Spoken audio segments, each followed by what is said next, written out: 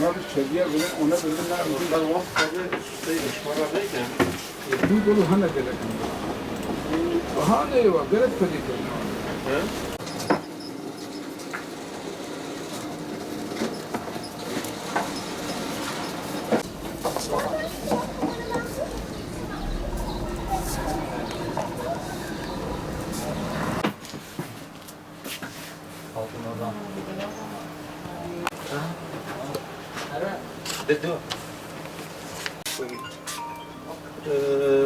kitap şu an 95 TL'dir.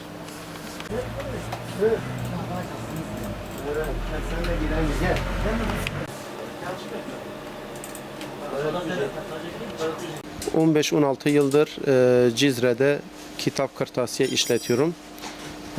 Son zamanlarda yapılan zamlar ve bu ülkeyi olumsuz olarak etkileyen hayat pahalılığı maalesef en çok da biz kırtasiyecileri ve kağıt ürünlerini etkiledi. Özellikle öğrenciler, öğretmenler, durumu olmayan öğrenciler artık bir kitap alıp okuyamayacak duruma gelmişler. Daha önce normal bir kitap, ders kitabı dediğimiz 25, 30, 40 TL iken şu an bir kitap 120 TL, 100 TL gitmiş, 150 TL'ye kadar giden kitaplar var.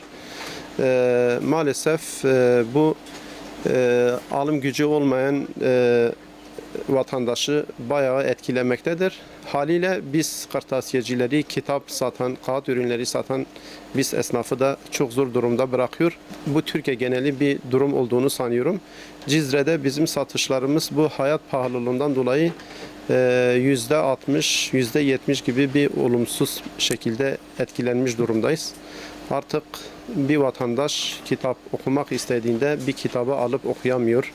Kitapların alınmasının cazip hale gelmesi için biz kitap evi olarak çok cazip fiyatlar koyduğumuz halde, hatta kampanyalar yaptığımız halde buna rağmen vatandaş olarak gelip bu yine alacak durumda değildir. Cizre'de kitap evi olarak başlatmış olduğumuz al götür, oku getir kitap kiralama kampanyamız bu yükselen fiyatlar yüzünden, kağıtlara gelen zamlar yüzünden maalesef öğrenciler kitapları %80'lik bir indirimle verdiğimiz halde maalesef öğrenciler bu %20'lik bir alım gücünü de olmadığı için alamadılar. Bu kampanyamız bir nevi böyle yarıda kaldı.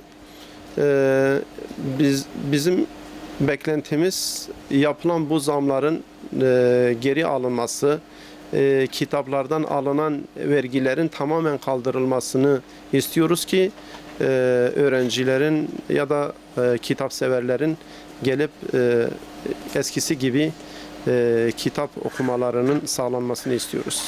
11. sınıf öğrencisiyim. Artan kitaplar sebebiyle birçok öğrencimiz okuyamama durumuna gelmiş.